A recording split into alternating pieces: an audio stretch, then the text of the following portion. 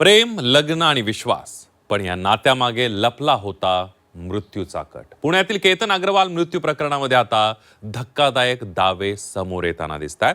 आरोपी सिया गोयलनं चौकशीमध्ये केतन तोतरा होता आणि टक्कल झाकण्यासाठी पॅच किंवा वीग वापरत असल्यामुळे त्याच्याशी लग्न करायचं नव्हतं असा दावा केल्याची माहिती समोर येते आणि त्यामुळे वीग असल्यामुळेच केतनचा कडेलोट झालाय का अशी चर्चा आता सुरू झाली आहे.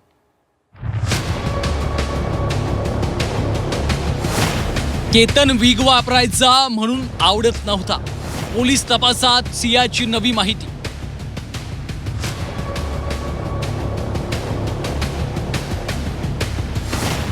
केतनच्या वडिलांनी सियाचा दावा फेटाळला.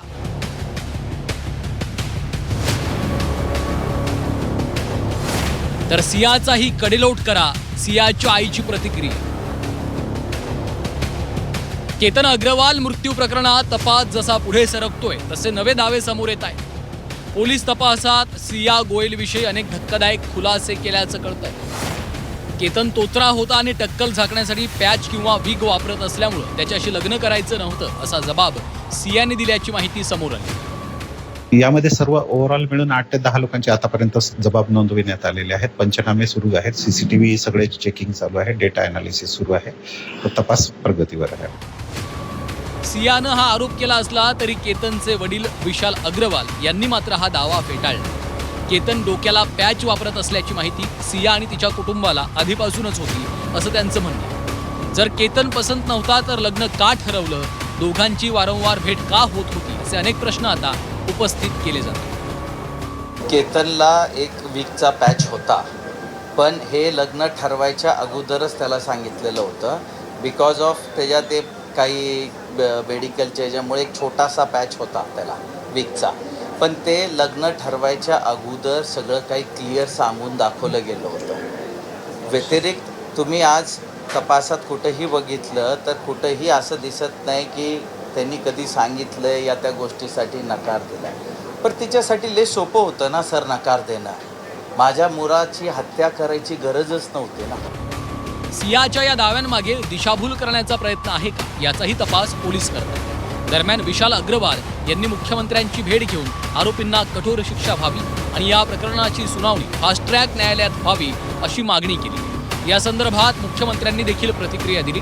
या घटनेचा केवळ गुन्हेगारी अँगलनच नव्हे तर सामाजिक दृष्टिकोनातूनही शोध घेण्याची गरज असल्याचं मुख्यमंत्र्यांनी म्हटलं. शिकल्या सवरलेल्या चांगल्या घरच्या मुलामुलींमध्ये अशा प्रकारची दुर्बुद्धी आणि अशा प्रकारची सूडबुद्धी ही नेमकी का तयार होते, याच्या पाठीमागची कारणं काय आहेत.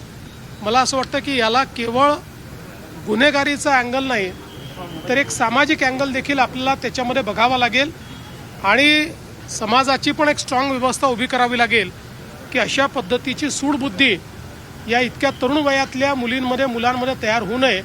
पण एकूणच ही घटना अत्यंत धक्कादायक आहे. दरम्यान सियाच्या आई वडिलांच्या या प्रकरणामध्ये प्रतिक्रिया आल्या. केतनच्या हत्या प्रकरणात जर माझी मुलगी सियाचा समावेश असेल, जर ती दोषी आढळली तर तिलाही त्याच ठिकाणावरून फेकून दिलं पाहिजे जिथून केतनला फेकण्यात आलं अशी भावना सियाच्या आईनं व्यक्त केली. हमें तो आज भी यकीन नहीं हो रहा है. उन्होंने तो अपना लड़का खोया है पर उनका लड़का मेरा लड़का उनके लिए ज्यादा प्यार था. मुझे उनसे इतना लगाव हो गया था जैसे कि मैं खुद अपने आप उनको अपना बेटा समझने लग गया था. इतना प्यारा, इतना होनहार, अच्छा लड़का आज हमने खो दिया. उसके लिए हमें बेहद दुख है. जितना दुख उन्हें है केतन जी का, आज उससे ज्यादा दुख मुझे है कि एक नहीं 2 परिवार डिस्टर्ब हो गए हैं. दोनों परिवारों में केतन जी भी इतने अच्छे थे. अगर किसी का इसमें दोष हो तो उसे सख्त से सख्त सजा होनी चाहिए. चाहे उसमें मेरी बेटी भी हो, अगर मेरी बेटी का दोष निकले तो जहाँ से केतन जी को गिराया गया या जो गिरे हैं वहां से ही उस दोषी को गिराया जाए. केतन अग्रवाल हत्या प्रकरणात शुक्रवारी सियाच्या भावाची चौकशी करण्यात आली. या हत्येबाबत कुटुंबाला याची काही माहिती होती का याची सखोल चौकशी पोलिसांकडनं केली जाते. पण केतनच्या मृत्यू प्रकरणामध्ये समोर येणाऱ्या प्रत्येक खुलाशामुळे या हत्याकांडाचं गूढ अधिकच वाढतं. सिया गोयलचे दावे कितपत खरे आहेत आणि त्यामागे दिशाभूल करण्याचा प्रयत्न आहे का याचा उलगडा आता पोलीस तपासातनं होणार आहे. निलेश खरमरे, झी 24 तास, पुणे.